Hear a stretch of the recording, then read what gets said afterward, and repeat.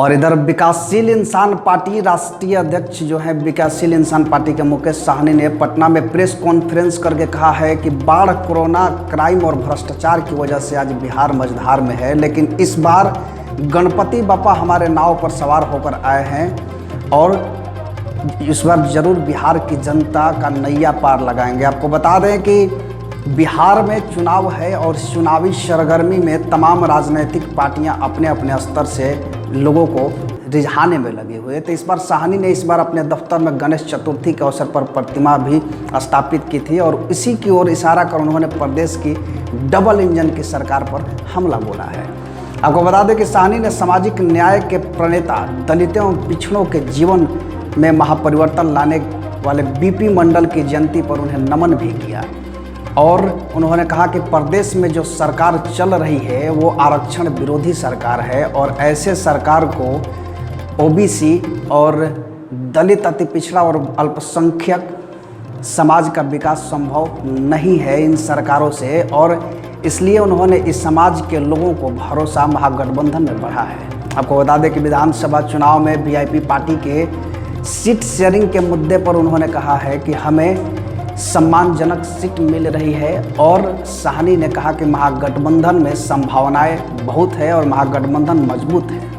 हम इस बार और मजबूती से लड़ेंगे और मांझी के महागठबंधन से बाहर जाने पर उन्होंने कहा है कि जिस तरह सबकी अपनी राय है वो अपने हिसाब से आ जा सकते हैं। अभी भी महागठबंधन में हैं लेकिन अभी तक किसी दल में जाने का ऐलान नहीं किया। अगर जाते हैं तो यह उनका फैसला होगा, लेकिन फिर भी महागठबंधन बेहद मजबूत है।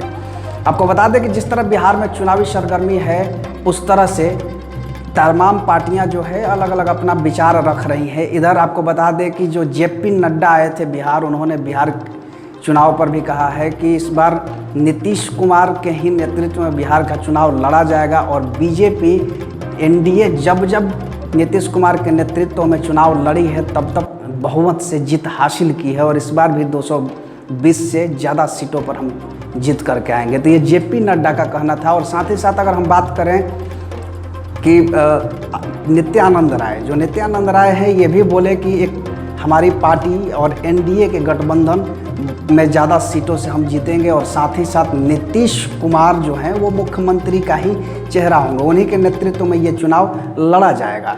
फिलहाल कोविड-19 और बाढ़ की समस्या से बिहार जूझ रहा है, लेकिन तमाम पार्टियां अपने अपने स्तर से चुनाव की तैयारी में लगी हुई है। इधर महागठबंधन में भी सीट शेयरिंग को लेकर के तमाम बातें कही जा रही हैं और साथ ही साथ अगर हम बात करें कि जिस तरह का माहौल है, ऐसे में 6 सितंबर को जेडीयू अपनी पहली वर्चुअल रैली भी करने जा रही है और नीतीश कुमार इस रैली के ज़रिए बिहार में चुनावी बिगुल फूंकने की तैयारी में लग चुके हैं। तो ये तमाम चीज़ें जो है बिहार में लगातार उठापटक हो रहा है। अगर हम महागठबंधन की बात करें तो उसमें भी जीतन राम मांझी अब नहीं रहे, उन्होंने महागठबंधन से बाहर जाने का फैसला लिया। मुकेश साहनी, रालोसपा के उपेंद्र कुशवाहा, कांग्रेस, इन तमाम पार्टियां जो है ये मिलकर के महागठबंधन में हैं, लेकिन सवाल अभी भी ये है कि सीट शेयरिंग पर क्या इनकी सहमति मिल रही है, क्योंकि एक तरफ कांग्रेस कह रही है कि हमें संतोषजनक सीटें हासिल होने की उम्मीद है, ऊपर से वीआईपी के मुकेश साहनी भी कह रहे हैं कि हमें संतोषजनक सीट मिलने की उम्मीद है। कांग्रेस भी कहीं ना कहीं इस बात से इत्तेफाक रखती है, लेकिन अभी तक सीट शेयरिंग के फार्मूले पर मोहर नहीं लगाया जा सका है।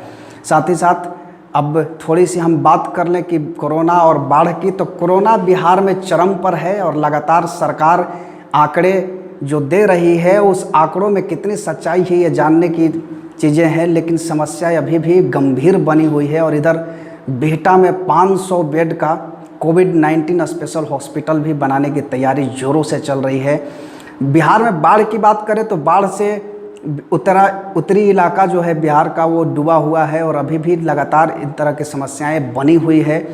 चुनाव आयोग भी चुनाव की तैयारी में लग चुका है और तमाम तरह की जो जानकारी और निर्देश है ये सभी जिला अधिकारियों को दी जा रही है। तो लगभग तय है कि बिहार में चुनाव अक्टूबर और नवंबर में होना है, लेकिन अभी तक डेट का निर्धारित नहीं किया गया है और ये निर्धारण कब होगा, ये जब भी होगा आपको बताई जाएगी।